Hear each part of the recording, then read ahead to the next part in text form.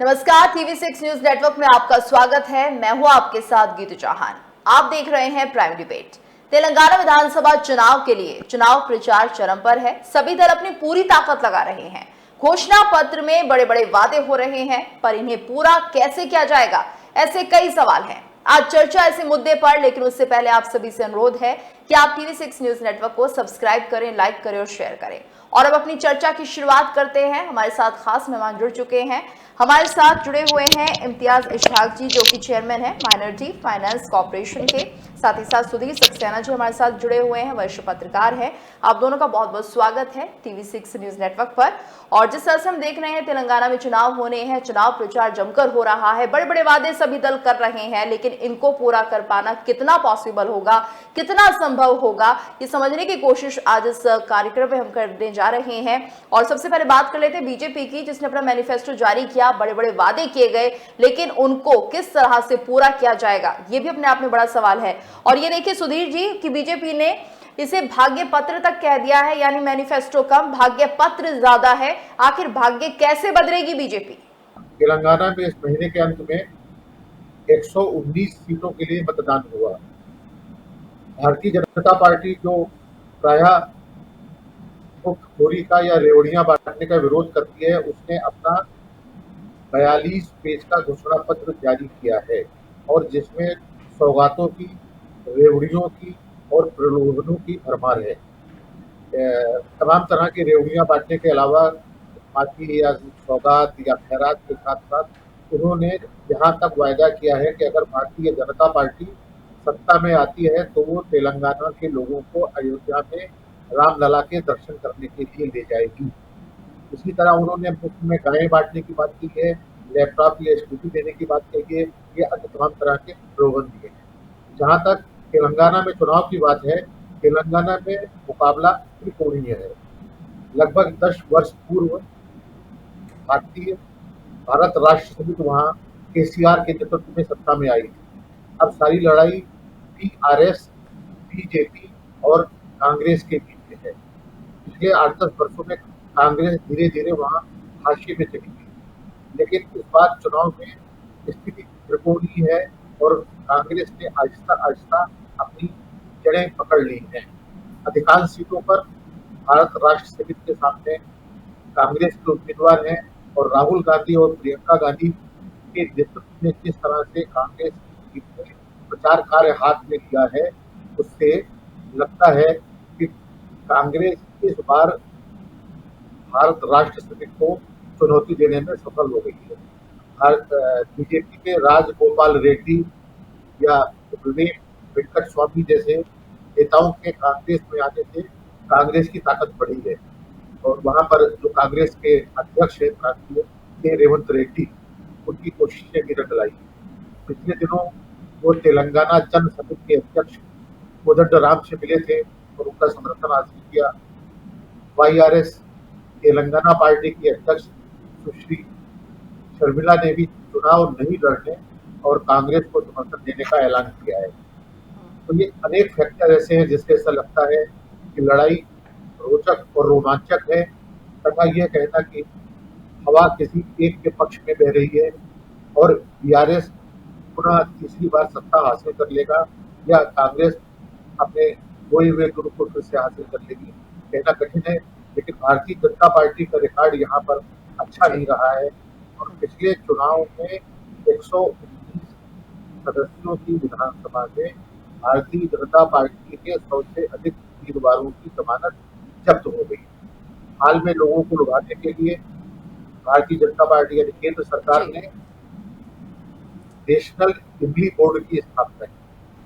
यानी चुनौतियां बीजेपी के लिए यहाँ पर रहने वाली है तेलंगाना में, चाहे आप बड़े बड़े वादे कर ले। इम्तियाज जी, क्या मानते हैं, धर्म आधारित आरक्षण को खत्म करने की बात बीजेपी कर रही है, लेकिन क्या एक विशेष धर्म से जुड़े लोग इसका विरोध नहीं करेंगे? देखिए, इसका विरोध तो सारे हिंदुस्तान में शुरू हो गया है।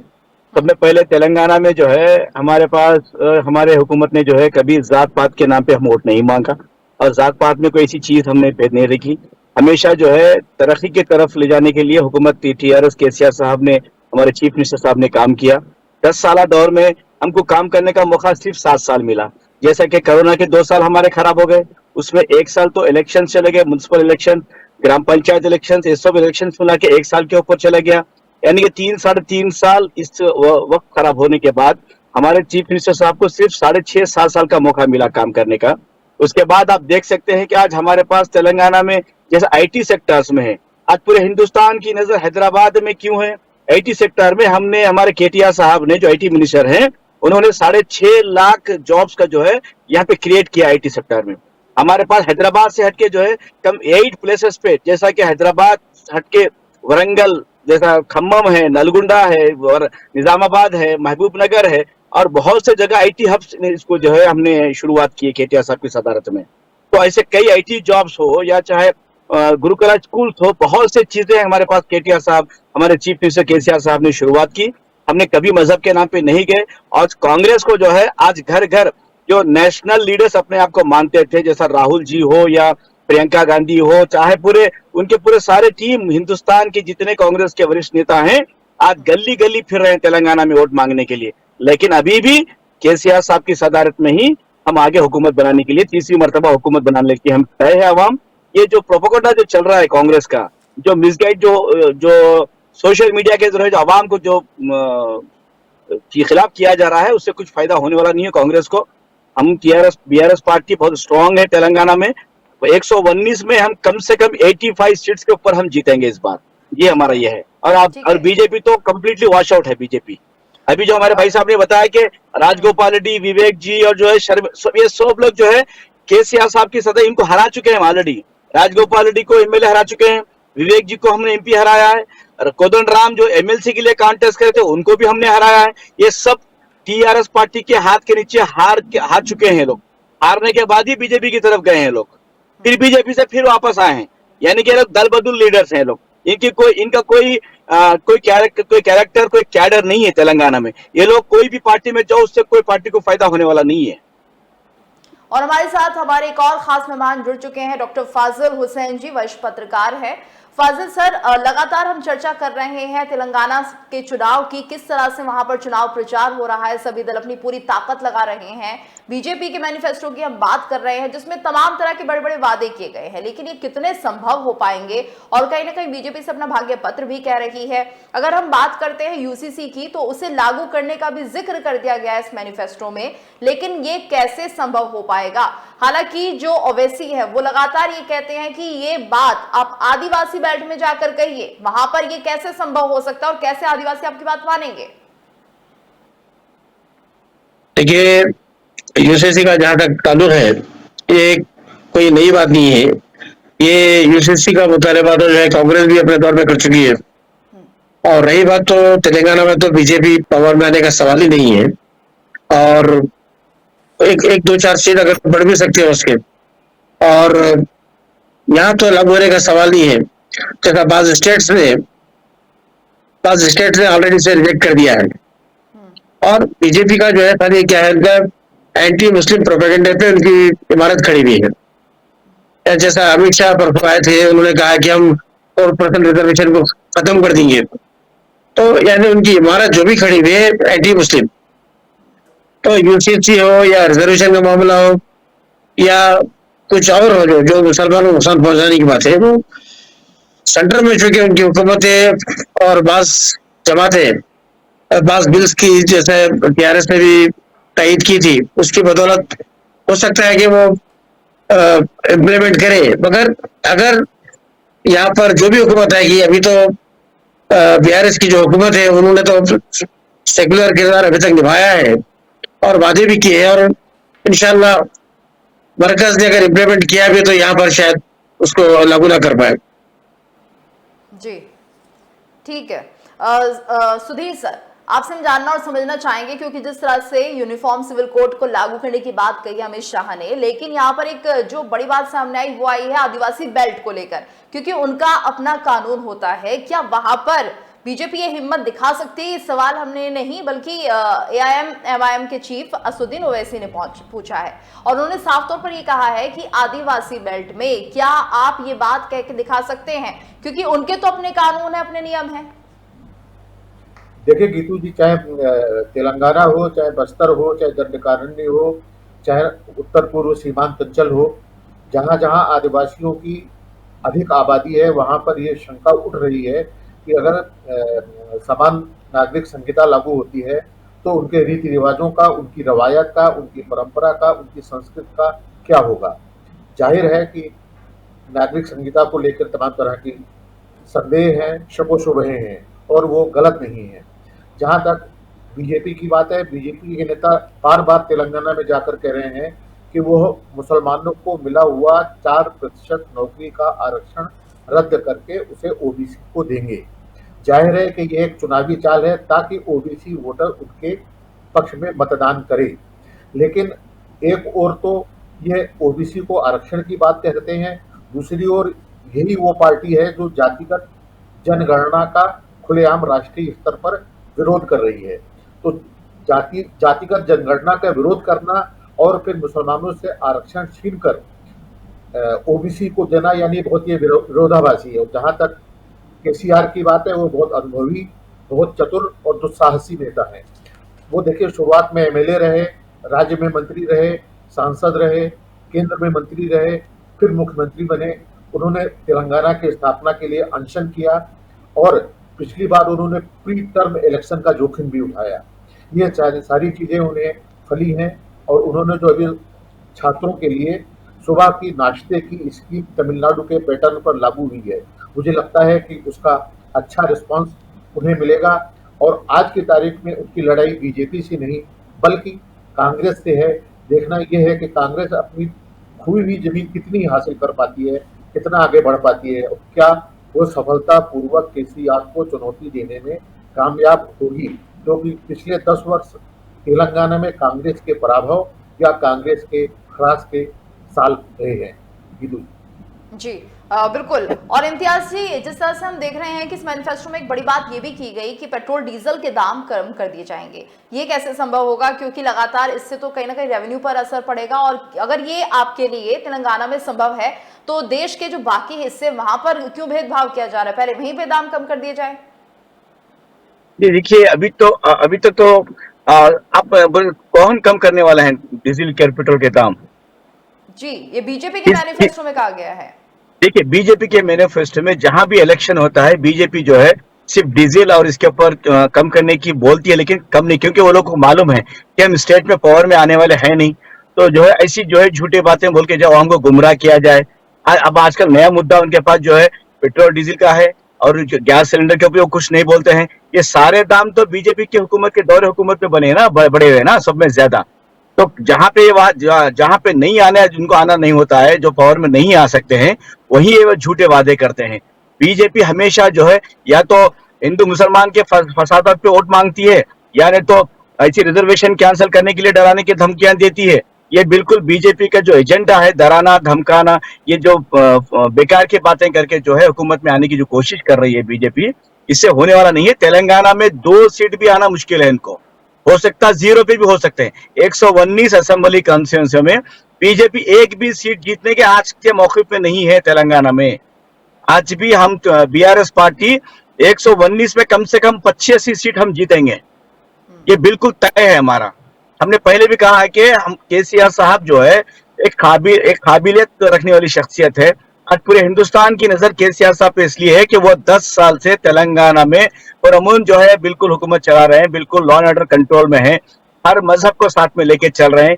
कहीं भी आज तेलंगाना में 10 साल में 10 मिनट का कर्फ्यू नहीं हुआ। बीजेपी ने बहुत वक्त ऐसे स्टेटमेंट दिए, रिजर्वेशन कैंसिल कर देंगे, वो कर देंगे फला, और कांग्रेस ने भी बहुत कोशिश की।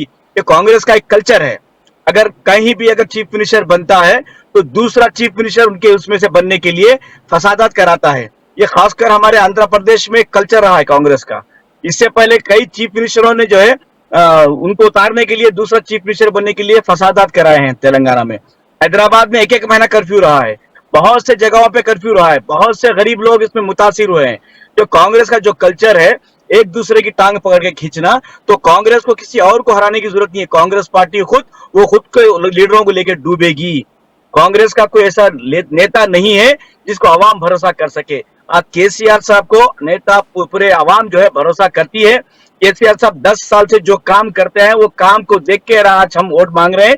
आज हमको वोट भी मिल रहा है, हमारी तरक्की की जो मिल रही है हमको, हमारी काबिलियत पे हमारी हुकूमत जो काम कर रही है उसके तरक्याती कामों पे हमको वोट मिल रहे हैं। केसीआर साहब आज हिंदुस्तान के बहुत कम लोगों में से जो देखे जाते हैं उसमें केसीआर साहब का एक चेहरा है जो सेकुलर है हिंदुस्तान में।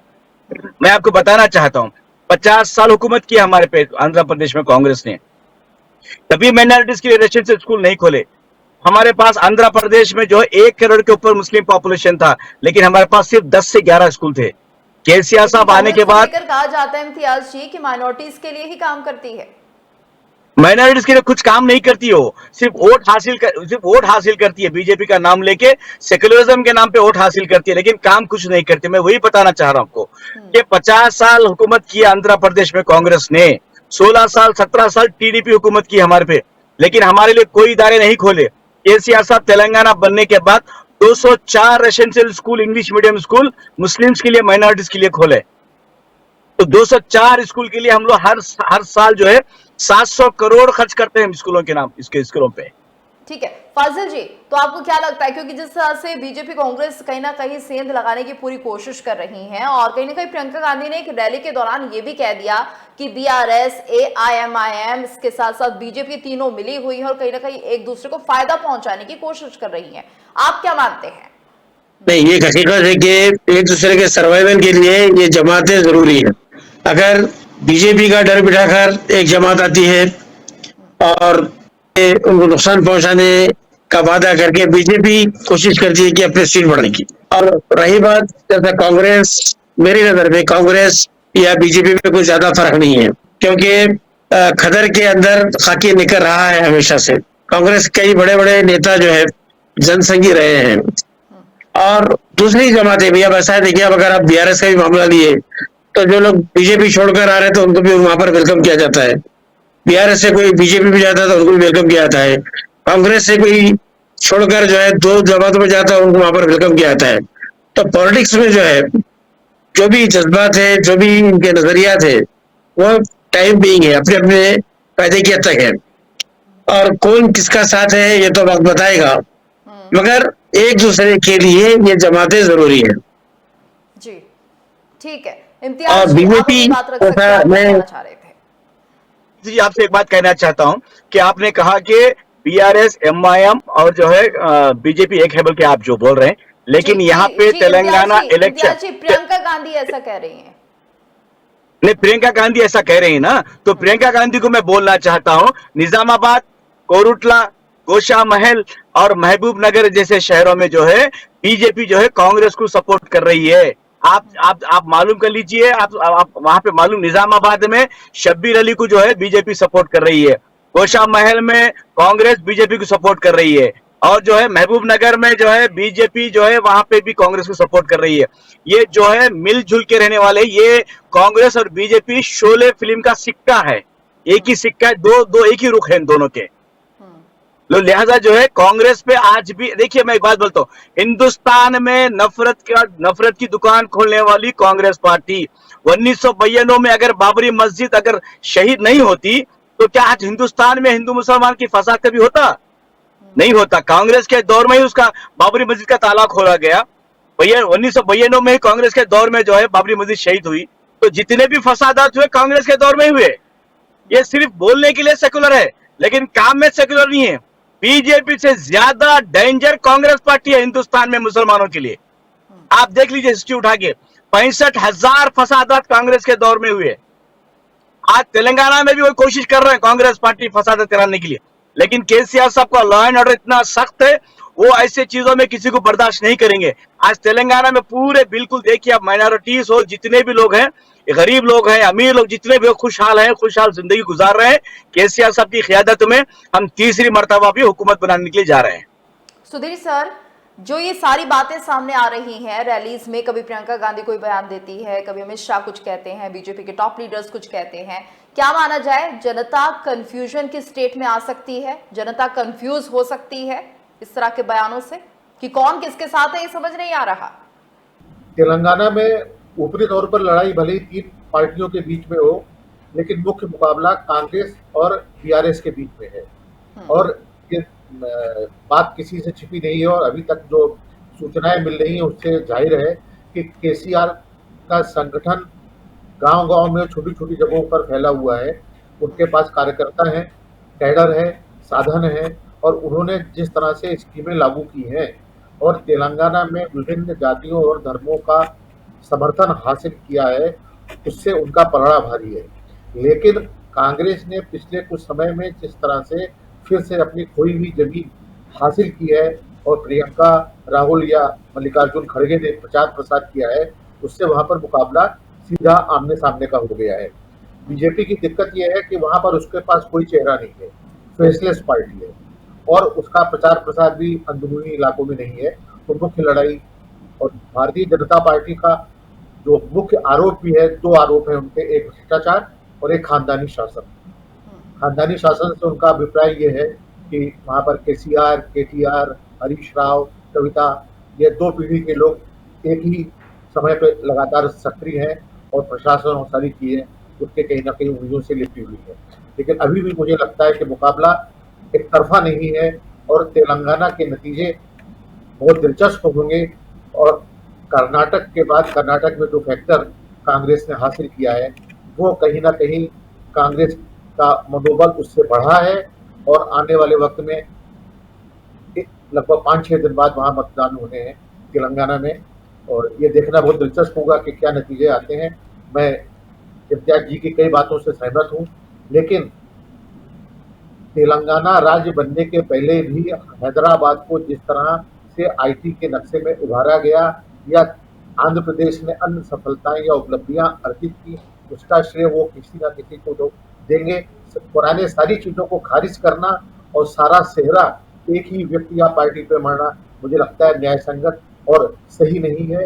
हमें सेकुलरिज्म के साथ रहना चाहिए, हमें जनता के साथ रहना चाहिए। जैसा कि राहुल कहते हैं प्रजाला तेलंगाना और दौराला तेलंगाना में आप किसके पक्ष में हैं, तो हम प्रजाला तेलंगाना के पक्ष में रहेंगे। हम सब तेलंगाना की जनता का कल्याण, हित, उत्थान चाहेंगे और वहाँ सेकुलरिज्म भी चाहेंगे, सर्वधर्म संभाव भी चाहेंगे। लेकिन यह दांव पर है क्योंकि अमित शाह और भारतीय जनता पार्टी के नेता लगातार वहां पर सांप्रदायिक उन्माद भड़काने की कोशिश कर रहे हैं, जबकि कांग्रेस के किसी भी नेता की ओर से, बड़े नेता की ओर से कम मेरी जानकारी में इस तरह का कोई तथ्य नहीं है। जी बिल्कुल। और फाजिल जी, ये भी कहा जा रहा है कि 2.5 लाख नौकरियां दे दी जाएंगी। क्या अभी फिलहाल के जो हालात है, रोजगार की कमी यहाँ पर है, क्या लोग नाखुश हैं इस मौजूदा सरकार से? देखिए मैडम, ये रोजगार का मामला तो जो है किसी एक स्टेट का नहीं है, ये पूरे मुल्क का मामला है। अभी पहले के मुकाबले में काफी रोजगार के मौके पैदा हुए हैं, पहले के मुकाबले में बेहतर है। और चूंकि हैदराबाद, खासतौर पर हैदराबाद जो हाईटेक सिटी है, यहाँ मल्टीनेशनल कंपनीज का एक जाल बिछा हुआ है, तो जो एजुकेटेड नौजवान है उनको काफी रोजगार मिल रहा है और जितना बेरोजगार है उतना तो रोजगार नहीं मिल सकता। तो जरूरत यहाँ पर इस बात की है कि जो प्रोफेशनल कोर्सेस है, यानी हुनर सिखाकर जो है उन्हें वोकेशनल कोर्सेस के जरिए उनको रोजगार दिया सकता है। तो ये हमेशा से एक गैप रहेगा, हमेशा जो अनएम्प्लॉयमेंट है और जो एम्प्लॉयमेंट है उसके बीच में एक हमेशा गैप रहेगा। नाराज तो जो जिनके पास सलाहियत है, जिनके पास काबिलियत है, वो बेकार नहीं है यहाँ पर, और जो काम नहीं करना चाहते वो लोग बाहर का रास्ता देख रहे हैं, इंडिया के बाहर जाने का रास्ता। तो यहाँ पर कई नए नए जो प्रोजेक्ट्स आ रहे हैं तेलंगाना में, इंशाल्लाह उससे काफी रोजगार मिलेगा। सिर्फ इतना ही है कि यहाँ के लोग, नौजवान खासतौर पर, काम करने की आदत डालें। कोई जो काम करने का आदी है, मेहनत करने वाला कोई बेकार नहीं है यहाँ पर। ये मेरा अपना तजुर्बा है और मेरा ऑब्जर्वेशन है। जी इम्तियाज जी, एंटी इनकम्बेंसी भी एक बहुत बड़ी चीज होती है, आपको नहीं लगता इसका असर पड़ेगा तेलंगाना में? देखिए, लाजमी बात है, 10 साल हुकूमत में रहने के बाद थोड़ा बहुत एंटी इनकम्बेंसी रहता है, मैं उसके लिए मना नहीं कर रहा हूँ। लेकिन जितना एंटी इनकम्बेंसी है उतना एंटी इनकम्बेंसी नहीं है। क्यों कि हुकूमत तेलंगाना, केसीआर साहब की जो स्कीमात है वो डायरेक्ट पब्लिक तक जाते हैं।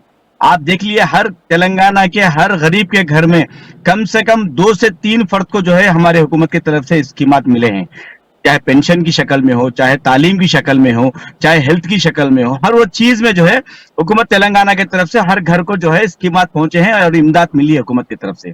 पहली बार ऐसा हुआ है कि हुकूमत की तरफ से हर घर को जो है कोई ना कोई स्कीम पहुंचना, ये केसीआर साहब की सदारत में हुआ है, इससे पहले कभी नहीं हुआ है। आज तालीमी मैदान में हम मुसलमान अगर पीछे हैं तो सिर्फ कांग्रेस है उसकी वजह। हमको 70 साल हमको जो है तालीम से दूर रखा कांग्रेस ने। आज हमारे लोग मैकेनिक शेडों पे, पान डब्बों पे, फ्रूट की मंडियों पे, कई जगह अगर आज काम कर रहे हैं तो उसकी वजह है कांग्रेस पार्टी। लेकिन तेलंगाना में केसीआर साहब ने क्या किया, उन्हीं के बच्चों को पढ़ाने के लिए टेम्बरिस इदारे खोले। आज देख सकते हैं एक बच्चे के, एक स्टूडेंट के ऊपर 1,20,000 हुकूमत खर्च कर रही है। 204 स्कूल हमने केसीआर साहब ने खोले थे, उसको 204 जूनियर कॉलेज बना दिए। अभी मैनिफेस्टो में केसीआर साहब ने क्या कहा कि इंटरमीडिएट तक मत रोको, इनको आगे लेके जाओ, डिग्री कॉलेजेस देंगे बोल के बोले। हमको चाहिए भी एजुकेशन। अगर हम तालीम हम कर लेंगे तो केसीआर साहब की एक सोच क्या है, अगर किसी घर में, मुसलमानों के घर में अगर तालीम होगी तो वो पूरे घर को जो है हिफाजत कर सकेगा, वो पूरे घर को पाल पोस के बड़ा करेगा। ये केसीआर साहब की सोच है। फिर यही काम 50-60 साल कांग्रेस ने क्यों नहीं किया हमारे साथ? आज पूरे हिंदुस्तान की मुसलमान पूछना चाहती है कांग्रेस से, तुमने सेक्युलरिज्म के नाम पे सिर्फ वोट हासिल किए, क्यों हमारे लिए इदारे नहीं खोले, क्यों हमारे लिए वेलफेयर के लिए स्कीमात नहीं लाए? कांग्रेस ने हमेशा जो है पीठ में खंजर भोंका मुसलमानों के लिए। आप देख सकते हैं आज कई स्कीमात, आज वेलफेयर स्कीमात आप तेलंगाना में देख लीजिए। मेरे भाई ने कहा, मैं भाई के बात से सहमत हूं कि तेलंगाना आज जो है तरक्की की तरफ जा रहा है, चाहे तालीमी मैदान में हो, वेलफेयर स्कीमात में हो। पूरे हिंदुस्तान में वाहिद एक तेलंगाना स्टेट है जहां पे हमारे माइनॉरिटीज को इंसाफ मिला। हम तालीमी मैदान में आज 1,20,000 25,000 तुलबा आज जो टेमरिस में पढ़ रहे हैं। आज पूरे हिंदुस्तान में आप सर्वे कर लीजिए, तेलंगाना हुकूमत के जितने इदारे हैं माइनॉरिटीज के लिए कहीं और नहीं है। इसके पास सेक्युलरिज्म और क्या चाहिए? कांग्रेस कौन सी बात पे सेक्युलरिज्म साबित करना चाहती है, मुझे बताएं।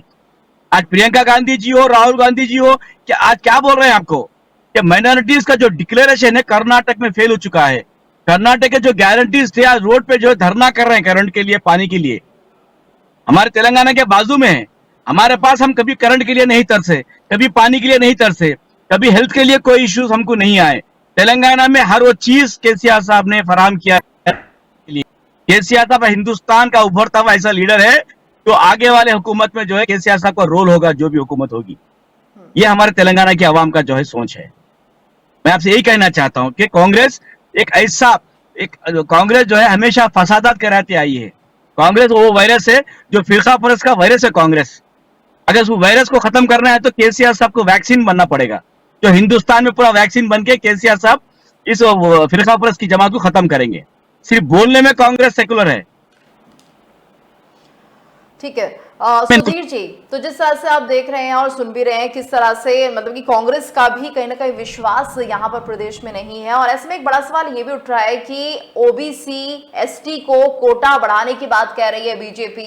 तो बीजेपी का भी विश्वास आप देखिए किस तरह से लोगों पर होगा, नहीं होगा, जनता कितना भरोसा करेगी देखना होगा।